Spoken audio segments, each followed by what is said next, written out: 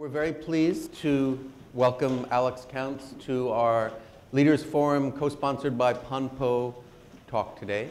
It's great to have such a positive turnout despite the time of year. I'm just going to very briefly introduce Alex, and then he'll speak for about half an hour, and then we have about half an hour for questions. Those of you who are coming to lunch, you know who you are, and we'll be in Whittink a little before 1.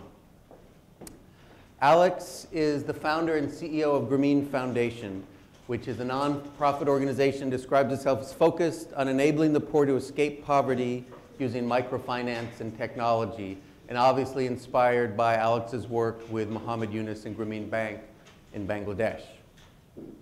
Alex is a graduate of Cornell and went to Bangladesh originally as a Fulbright scholar. He returned as a regional project manager for CARE Bangladesh, and the rest, as they say, is history. Alex is an extensive writer in various leading newspapers, and his most recent book is called Small Loans, Big Dreams. And Alex is going to share with us his perspectives on Grameen's work, just as a world in which I have also worked for a couple decades.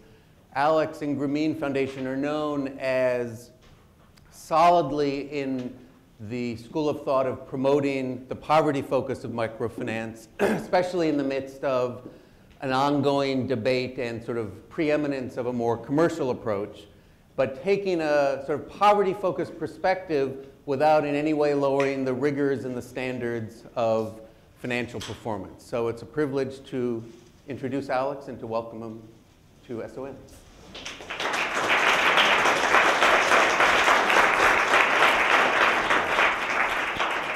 Well, it's a pleasure to be here this morning at Yale. Pleasure to be here, a place where Tony Sheldon, Dean Carlin, others who've really very respected people in our field. Unfortunately, Dean is off today, not in the area. How shall I start? We live in tumultuous times, especially for those of us involved in microfinance, and I'm reminded of a couple of eternal truths as I've reflected on the last few months before I tell you a little bit about my journey and the Grameen Foundation journey and some of my insights, tentative insights into leadership. Eternal truths, one of which is I'm reminded of the power of whether it's a fruit vendor in Tunisia or an economics professor in Bangladesh for individuals to really change the course of history. And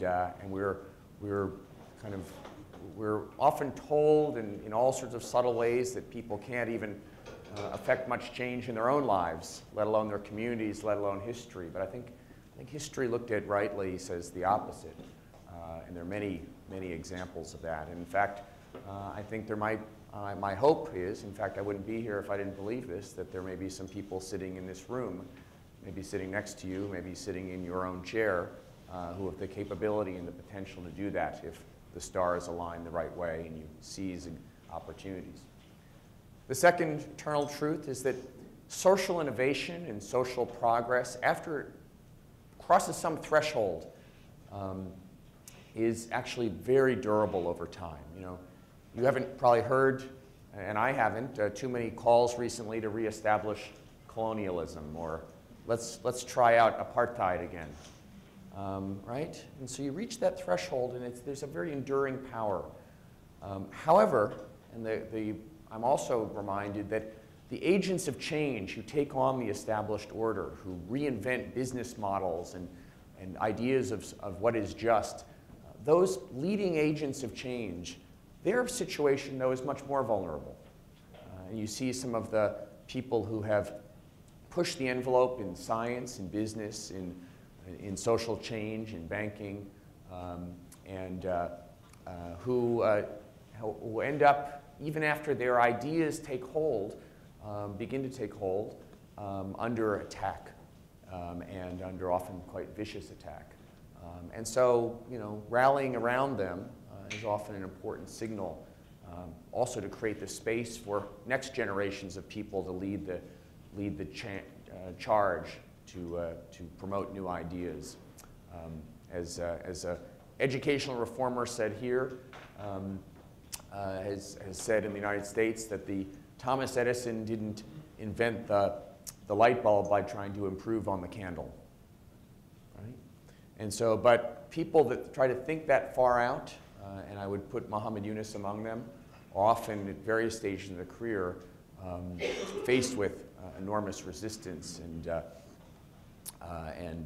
attack. So it would be remiss of me, particularly after that preamble, to not speak about the controversies facing microfinance in India and Bangladesh. I won't go into depth, but if the question period. But in India, I think you have a situation, if I had to summarize it. First of all, what gets lost in the headlines of microfinance meltdown is that basically the problems in microfinance have been limited to a single state, certainly the serious problems in Andhra Pradesh. The other 27 states that I think composed of India, things have been going on fairly well. Not a lot of growth capital, but otherwise things have been pretty smooth. But the problems are real in Andhra Pradesh, and they could spread. They haven't yet in any meaningful way. And I think what's at the base of them? I think number one, the microfinance practitioners, there was a kind of a bubble and very fast growth. There were some corners cut, and that are real. So some of the wounds are self-inflicted. Also, the PR strategy for communicating was either non-existent or poorly managed. And I've had extensive debates with Vikram Akala, some of them public, about the IPO, and we could get into that.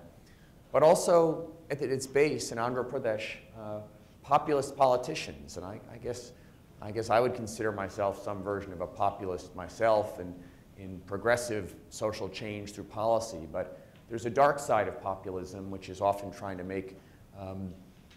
to find kind of vulnerable ideas that are actually progressive, but that can be made to sound like they're not, and to attack them viciously for short-term political gain. And that's what we saw happening in Andhra Pradesh. That's why microfinance there is still on the ropes, even if in the rest of India it's doing reasonably well. So. But I see the overall trend in India microfinance is positive, and the federal government playing a much more constructive role than at the state level. In Bangladesh, it's a little bit of a different story, where Grameen Bank and its associated companies have had enormous success. Not every organization launched by Muhammad Yunus has been successful by any means, but in the aggregate, created the largest bank and the largest company in the country. And to speak nothing of a model for people trying to promote social change outside of Bangladesh. And it was perhaps inevitable that people saw that trying to tarnish him and his Nobel Peace Prize, the only one ever received by a Bangladeshi citizen, would be too tempting to pass up. And so now we're in a situation where while there are behind-the-scenes negotiations to have some sort of orderly transition, he himself has volunteered several times in recent years to step down and turn over the reins of Grameen Bank to another person. But if it's done with the kind of metaphorical kind of gun at his head, and done with a government takeover of Grameen Bank in the offing, and being threatened, that is not probably the best way to do what is difficult in any case, in any business or any institution, frankly, which is to go from a charismatic and very talented founder to the next generation of leadership. So those are two things. Now, I myself, just to give you a little bit of my journey, I was in a slum in Ghana, in Accra, just about 10 days ago, and it reminded me of my early days, which I'll talk about in a second, where we were visiting some health clinics as part of a larger thing, in the end, wrap up, and the guide who was there with us actually got lost. And by the way, you learn after a while what it is when someone's like making it look like it's lost to create an effect, or they're really lost. He was lost. So we were wandering, and I didn't feel threatened, but maybe I should have, but still, to not know where you're going, and your plane is taking off in 4 or 5 hours, and you're walking in circles, and it seems like an endless slum, it certainly reminded me of what I was easier to remind myself in an earlier era in my life of what poverty is, what it smells like, what it feels like, how people accommodate themselves to it in some way. So finally we found our way out, but it reminded me of my first years in Bangladesh and how I got there. Just to briefly, I was at Cornell in the mid-'80s. There was all the discussion at the time was about apartheid, the wars in Central America, nuclear arms race, and I was trying to figure out not what were the things in the world that I was wanting to oppose and stop, but what were the good ideas, the breakthrough ideas that I wanted to get behind. And microfinance came up as an idea. And you know, as most undergraduates are about their sophomore or junior year, I was closing in on having figured out all the world's problems. Just a little bit left to go. And of course, by 30, you realize you've actually figured out nothing. And then by 40, you realize you've figured out a couple of things, sort of. But here I was. So I came onto this idea after one of those long nights of beer and pizza and debate and all these things that keep undergraduates going. And I said, here's the idea. I'm going to write Muhammad Yunus a letter and tell him that, remind him, because I'm sure he needs to hear from a 20-year-old junior, that he was kind of onto something pretty good. And also that I wanted to join forces with him and to try to take the Grameen idea and apply it outside of Bangladesh. And that this could be some sort of leading edge of defeating world poverty. So I stopped just short of declaring the Count's Yunus plan for the elimination of global poverty within 5 years. But it was not far off from making such a grandiose claim. And in a way that has made it very, very difficult for me to not respond to students and young people asking my advice, he wrote me back. He wrote me back. He said, that's a pretty good idea. Why don't you finish up your studies at Cornell and we'll come settle in Bangladesh. Try to teach yourself the language a little bit if you can find someone who can teach you, and come on. And in fact, Cornell at the time, so this will be my one little plug, Cornell, if I can get away with it here. Cornell was one of 5 universities in the country at that time that taught Bengali as a 4-credit course. So I promptly enrolled, and off I was. And when I got to Bangladesh, I'll take you through a whirlwind tour of 6 years in about 3 or 4 minutes.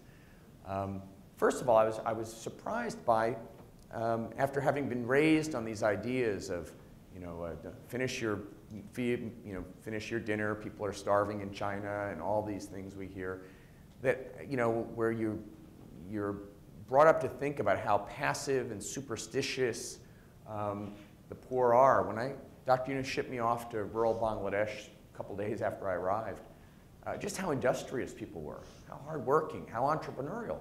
And as a friend, I was just talking to Tony about Susan Davis at the Ford Foundation said to me in her kind of caustic, direct manner at the time, she worked for the Ford Foundation then, she said, Alex, you have to realize if you're a poor woman in Bangladesh, you have 2 life choices.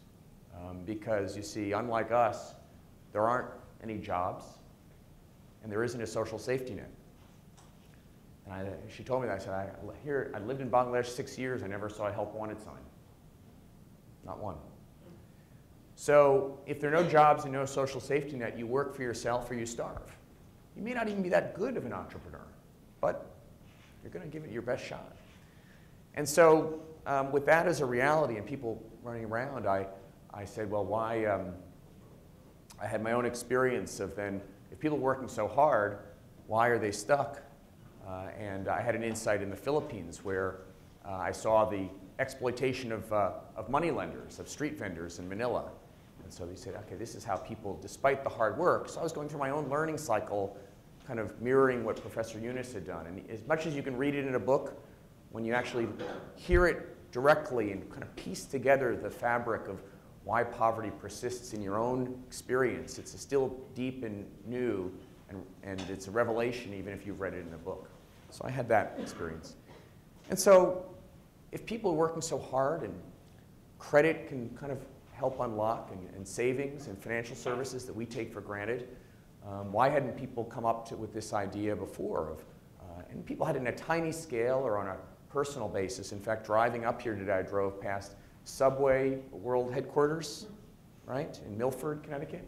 Well, Fred DeLuca, who founded Subway, you know how he did it? Does anyone know the story? Is this well known in Connecticut? He was a kind of lower, kind of working class family, didn't have enough money to go to college, asked a family friend or a distant relative to give them the money to go to college. Guy said, I don't know about that, but I'll lend you $3,000, 1965, to start a sandwich shop. And you can earn the money from that to go to college, if you want to try it. If not, you don't have to. So Fred tried, and he sold out of his sandwiches the first day, so he's pretty good at it. And one thing led to another, and he ended up having more franchises than McDonald's, and all from a $3,000 loan given by, again, on a personal basis, again, a family friend or distant relative, I can't remember.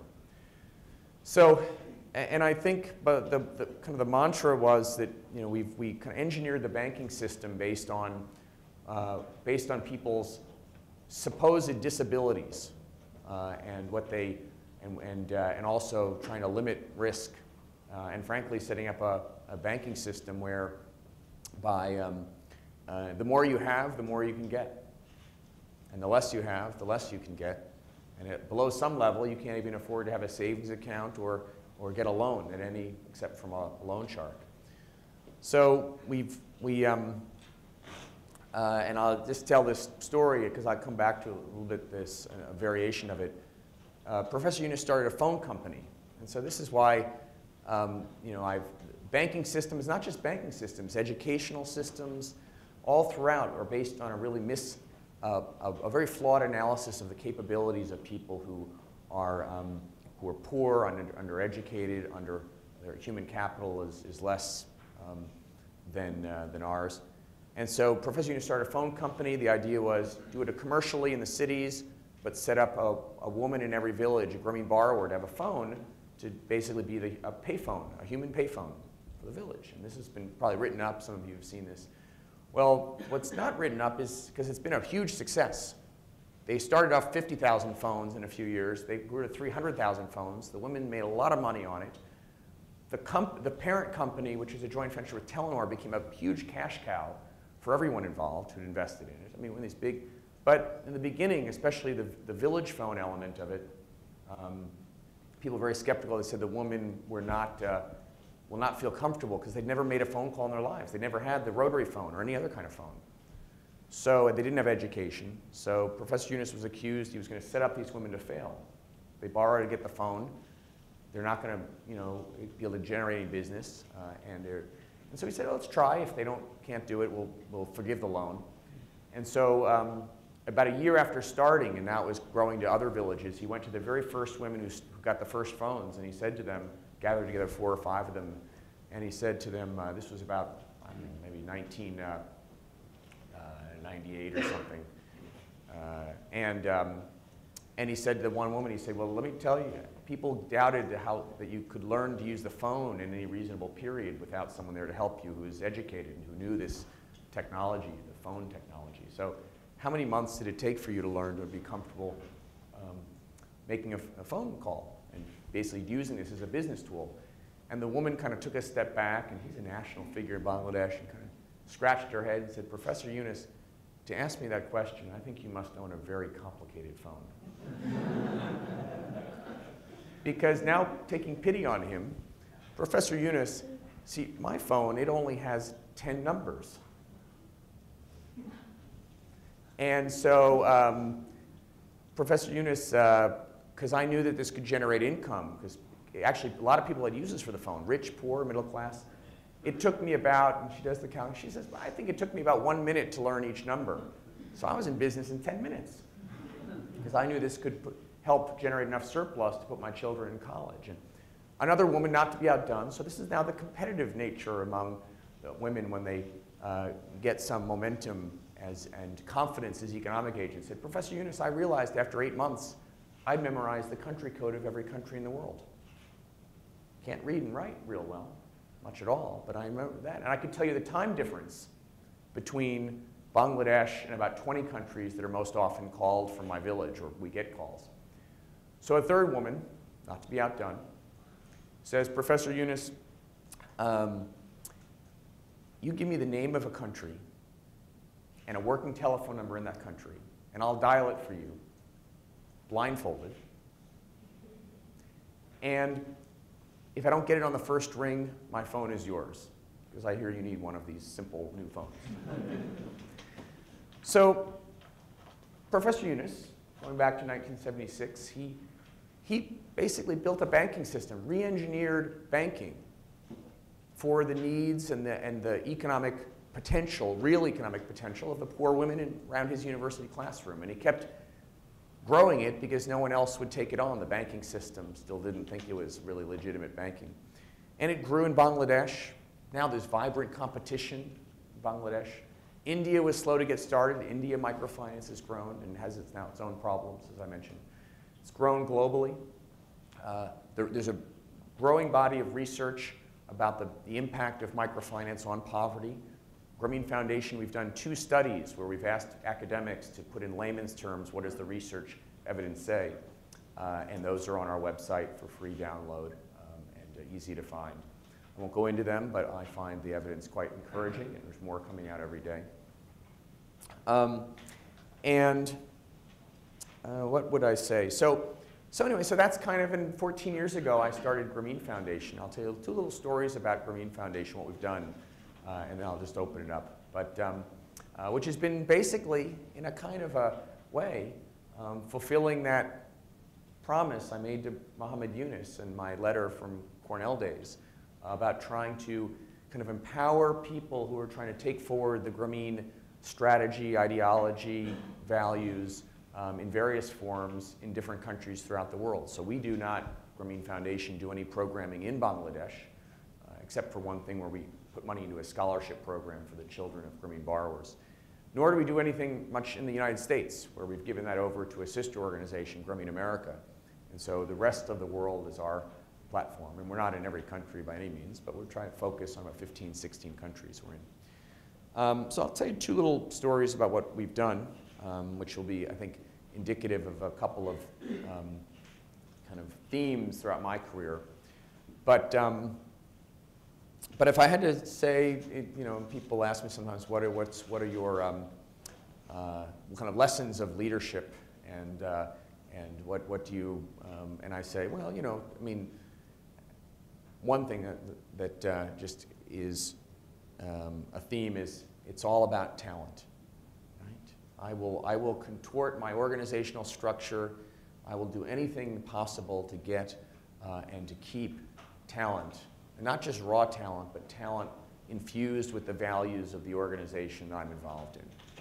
And I'll compromise anything before I'll compromise that.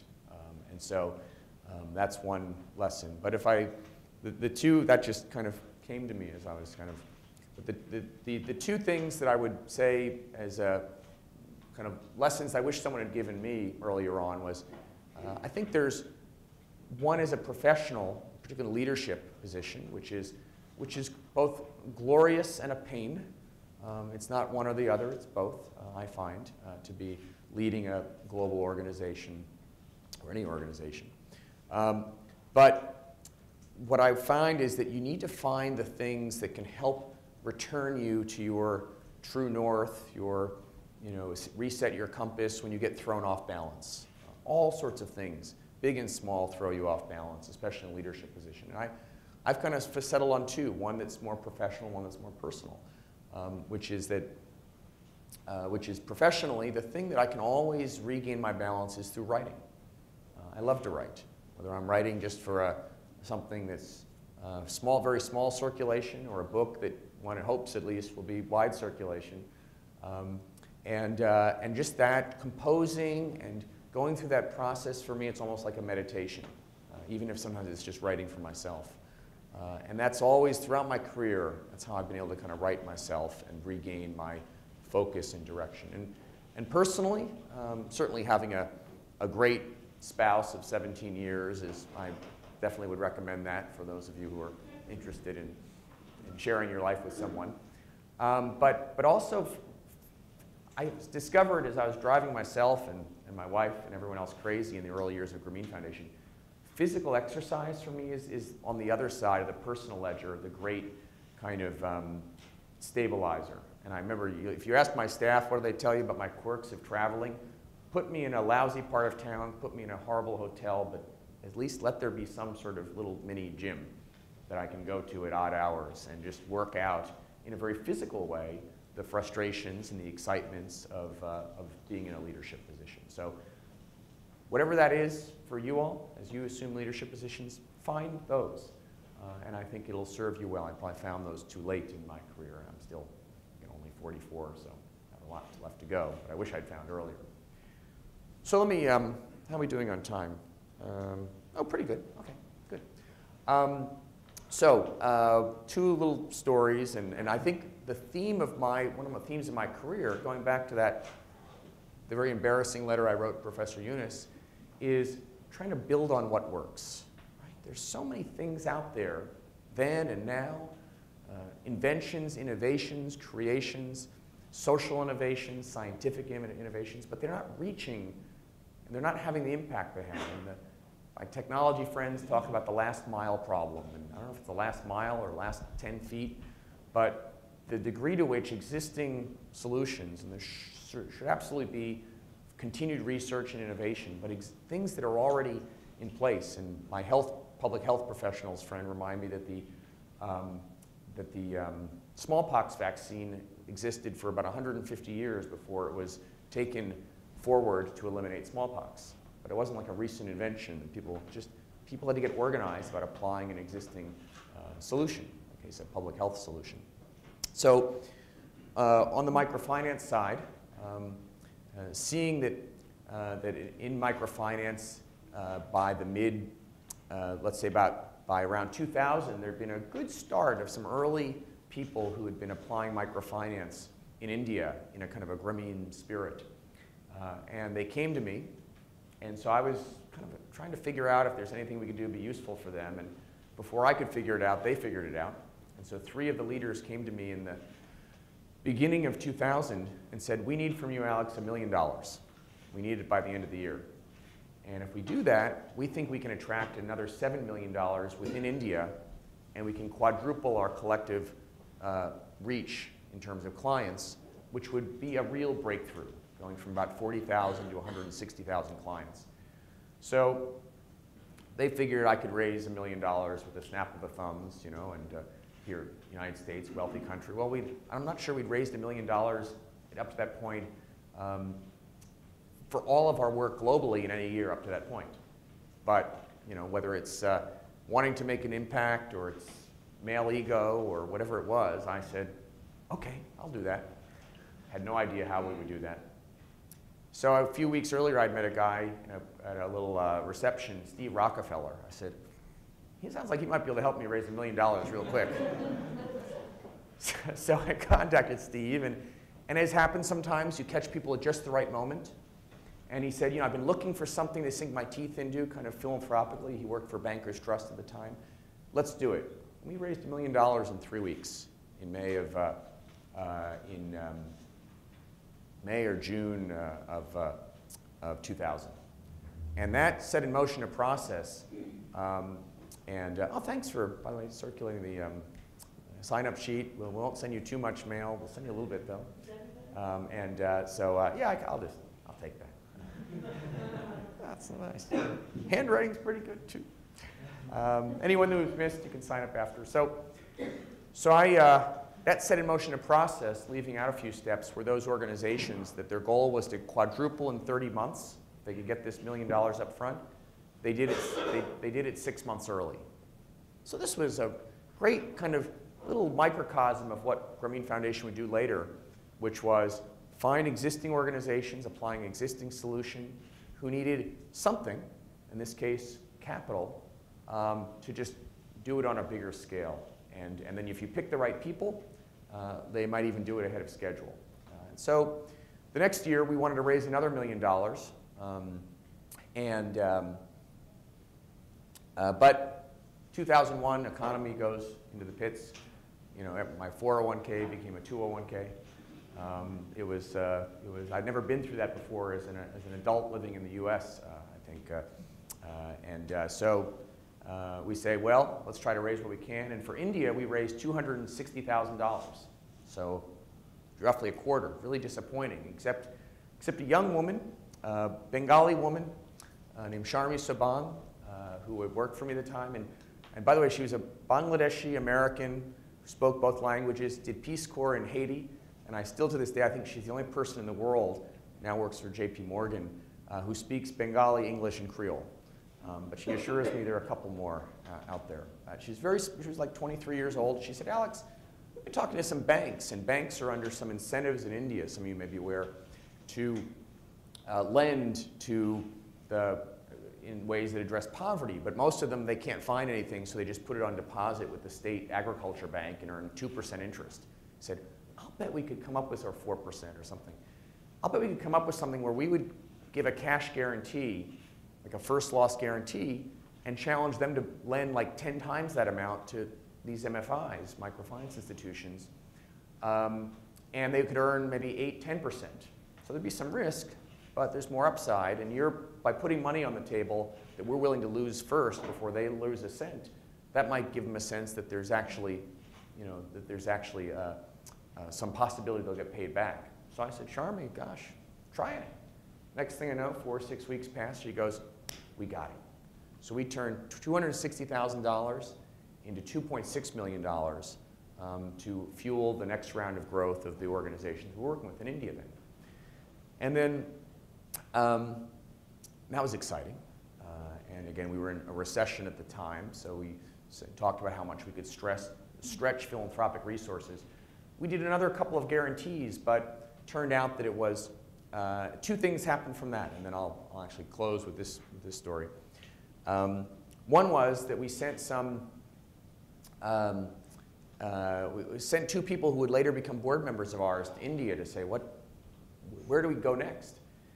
And Grameen Foundation, and one of the handouts that was circulating around here, Bankers Without Borders, is our program to actually have skilled volunteers who have worked in the financial sector or management consulting, kind of dive in and contribute to microfinance and the kind of work we're doing for short stints and then come out.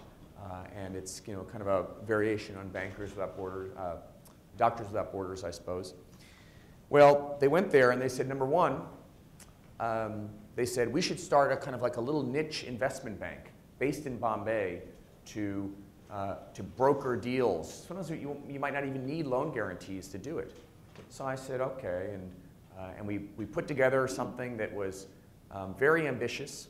We said we're going to join forces with at the time, the largest Indian private bank and the largest international bank, Citibank.